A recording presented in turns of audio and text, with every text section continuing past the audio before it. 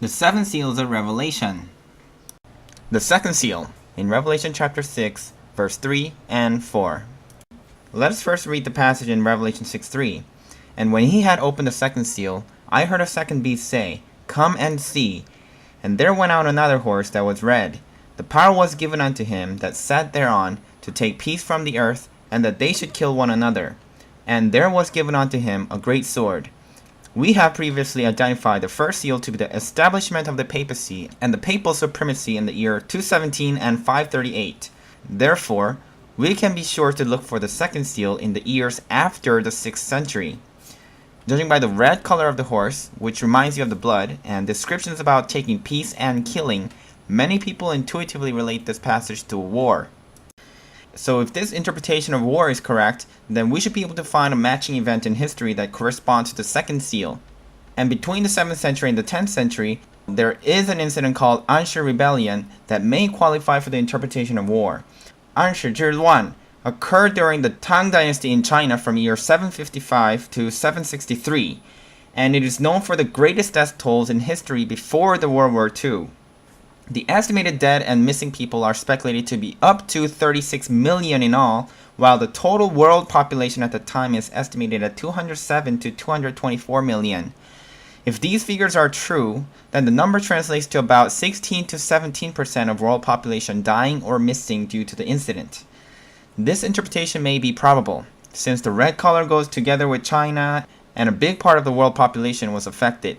But one can also have second thoughts about these estimated figures being inaccurate with duplicate counts or for lack of the records, which is also admitted by people quoting these estimates. So there is still a room for doubt. In any case, based on our interpretation of other seals, we concluded that seals are actually the primary or prototypical events that occur for the first time when the seal had opened, but must continue to have effects or recurrence throughout the future history. In other words, seals are not standalone one-time events that has significance all to itself.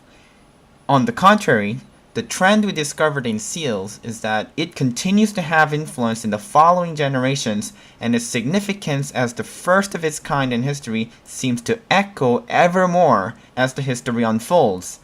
But in case of this Anshe Rebellion, which could be regarded as a variant of wars, and granted that it lasted for more than 7 years, might not be the most significant factor impacting our history today. So it didn't strike me as an impressive incident in history that would serve a landmark to impact understanding of the world or anything, and that is why further research was done to clear up any doubts. Revelation 6:4 says, to take peace from the earth, and I started to examine the definition and the etymological origin of the word peace, which is eirene in Greek. The first meaning has it as a state of national tranquility. How lovely! The exemption from the rage and havoc of war. What a concept! I mean, isn't it for this kind of national peace that we have the Homeland Security, Department of Defense, Pentagon, United Nations, and isn't that the nation declares war on terror and the TSA raises the standard for full body scan and search to maintain this kind of state of peace? The second definition says, peace between individual, as in harmony, concord.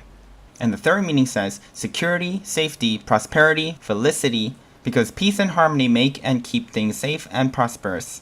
Folks, the world might be crying out for the security and prosperity on earth and for the world peace, but there will be no true peace on earth until the King of Kings return. It is guaranteed. And please note, the fourth meaning can be defined as the Messiah's peace. You can see from Revelation that ever since this second seal is opened, peace is taken away. Even 1 Thessalonians 5:3 states, for when they shall say peace and safety, then sudden destruction cometh upon them, as travail upon a woman with child, and they shall not escape. Revelation 6:4 also says to take peace from the earth, and we further examine what the word earth meant exactly, just to verify. This word gay in Greek usually refers to the arable land, ground, a standing place, and a mainland as opposed to the sea or water, the earth as a whole, but in the fifth meaning, it also lists as a country, land enclosed within fixed boundaries, a tract of land, territory, region. So there we have it, a land enclosed within the fixed boundaries. When it is prophesied to take the peace from the earth, related to the matter of security, it means that the national security will be compromised and the nations will rise against nations. When you look up the word kill, which is phazo in Greek, it has a simple definition to slay, slaughter, or butcher, but it also has to put to death by violence as its secondary meaning.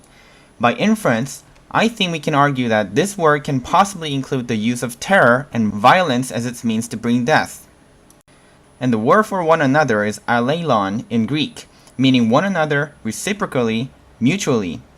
Although checking definitions seems very trivial, they are simple to do and at times is a necessary step to take for sure. So summing up our findings, what might be the possible interpretation of Revelation 6:4? The verse can possibly be retranslated to read, "And there went out another horse that was red. The power was given unto him that sat thereon to take security from the country, and that they should kill one another reciprocally. And there was given unto him a great sword." All we are doing is replacing the word peace with security, the earth with the country, and one another with reciprocally, so that we may better understand the context given to us in this verse. Now, when we read this over, does terrorism come to your mind? Jihad was originally intended for the nearby neighbors of the Muslims, but as time passed, more enemies arose, so the Quranic statements supporting jihad were updated for the new adversaries. The first documentation of law of jihad was written by Abd al-Rahman al-Azai and Muhammad ibn al-Hasan al-Shaybani. Especially by this person by the name of Muhammad al-Shaybani, the Introduction to the Law of Nations was written, which provided detailed guidelines for the conduct of jihad against unbelievers, as well as guidelines on the treatment of non-Muslim subjects under Muslim rule. This was the end of 8th century. The search continued to the earlier dates, because we now discover that the textual foundation for jihad was founded by the end of 8th century, but we still had to understand why the need for jihad came about, and what constituted the enemies of Islam that escalated their spirit to kill one another. We previously looked at the Middle East slave trade that began in the 7th century with the rise of Muslim caliphates, when we were searching for the right historical account matching the third seal. And when we read Revelation 6:3-4, we thought that this might have something to do with jihad in Islam, because of the description in verse 4, which reads, "To take peace from the earth, and that they should kill one another." We know that the peace or security today is under a great threat because of the Islamic extremists supporting terrorism and jihad and the movement for the Islamic Caliphate that want to subject the whole world under Sharia. Conceptually, the Caliphate represents the political unity of the entire community of the Muslim faithful ruled by a single caliph, the head of state. Under the subject caliphate, meaning Islamic State or empire, we can read, the first system of government established in Islam that represented the political unity of Muslim was known as the Rashidun Caliphate from year 632 to 661. One of the most familiar caliphate you know might be the Ottomans during the 16th to 20th centuries. Also, it might be worth noting that the end of the caliphate is marked in 1924, when the first president of the Turkish Republic constitutionally abolished the institution of the caliphate. Although the better-known caliphate is the Umayyad Caliphate for its expansion and direct rule over 3 continents of Africa, Europe, and Asia, the first caliphate is the Rashidun Caliphate from 632 to 661. Caliphate is what the Muslim Brotherhood wants to achieve, in that the religious leader becomes the political leader to establish a system of government under the Muslim rule. We witnessed Jasmine Revolution in Tunisia, and the Arab Spring that began in Libya, Egypt, Yemen, and so forth, and they are all aspiring to establish this caliphate. And the documentation of jihad served the basis for removing the peace from the land bordering with the Muslim society. It goes on to say, "Today, it is certain that no Muslim writing in a non-Western language such as Arabic, Persian, Urdu would ever make claims that jihad is primarily non-violent," meaning everyone would certainly admit that jihad is violent. Muhammad is said to have brought the Arabian tribes into a united Muslim religious polity. The political unity of the Muslims sounds very nice and idealistic, yet it was not achieved overnight through peaceful gatherings of religious idealists. It was, after all, another violent history of sword. Do you recognize the shape of this sword? Yes, this is the representative sword of Islam. The one in the picture is a design of a real Zulfikar, the double-headed scimitar belonging to Ali, the successor of Muhammad. In the page titled 10 Famous Swords and Their Origins, Infobarrel.com writes, "Before his death, Muhammad had united the Arabian tribes into a single Muslim religious polity." Ali reigned as Caliph of the Islamic Empire from 656 to 661 and has been respected for his courage, knowledge, belief, honesty, and mercifulness, devotion to Islam, deep loyalty to Muhammad, and his equal treatment of all Muslims. Because of that, Ali's influence in Islamism is still noted today. Zulfikar was given to a young Ali by Muhammad during his life, and the sword was used many times by Ali in Muhammad's defense. Ali was described as a prominent warrior and together with Zulfikar made many kills, of which some were of bigger and heavier armored men. This was one bloody knife that reigned during the Rashidun Caliphate. There are a countless number of books written by academic scholars, researchers, journalists, regional experts, historians, and more who testify to the Islamic history of conquest that had profound and long-lasting impact in the world history. After the time of Muhammad, in a little more than 100 years, the Arabs established the Caliph ruling empire that stretched from Pyrenees to the Himalayas.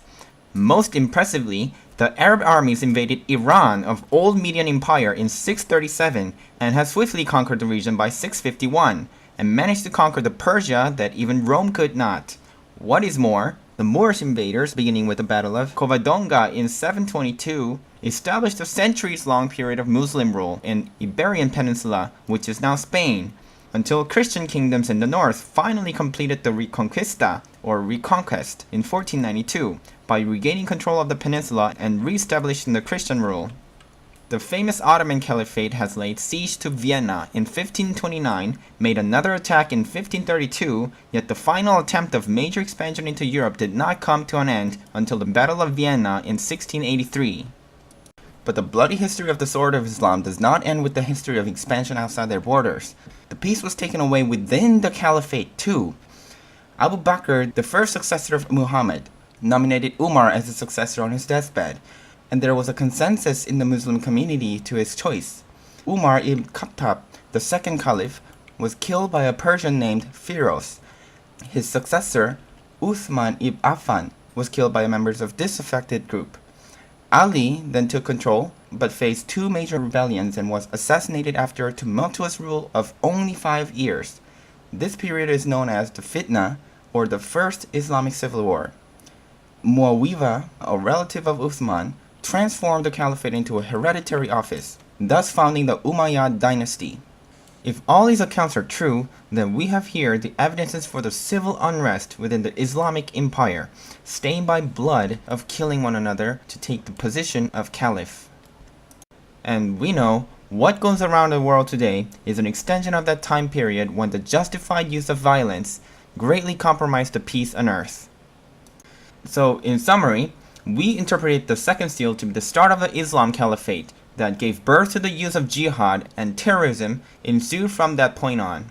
But for those who might be still questioning why a great sword is not interpreted as the war, I have the following answer. The sword of the Revelation 6:4 in original Greek is makaira, which meaning is a large knife used for killing animals and cutting up flesh, a small sword as distinguished from a large sword, curved sword for a cutting stroke, a straight sword for thrusting.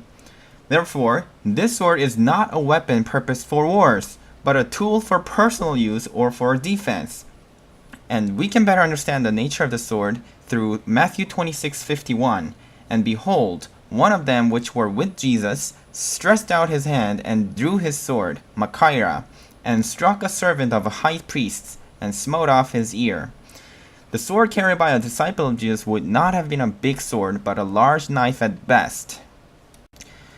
In contrast to the small sword, makaira, in the second seal, the large sword used for the war, romphaya, is used in the fourth seal. Revelation 6:8, And I looked, and behold, a pale horse, and his name that sat on him was Death, and hell followed with him.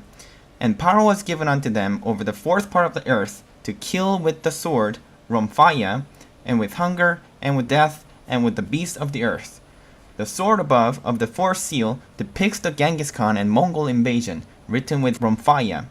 The Mongol invasion was clearly a large-scale war, and their swords were a kind, prepared for a battle. In conclusion, Revelation uses makaira, a great knife, instead of romphaya, a great sword, for the second seal to clearly indicate it was not a war.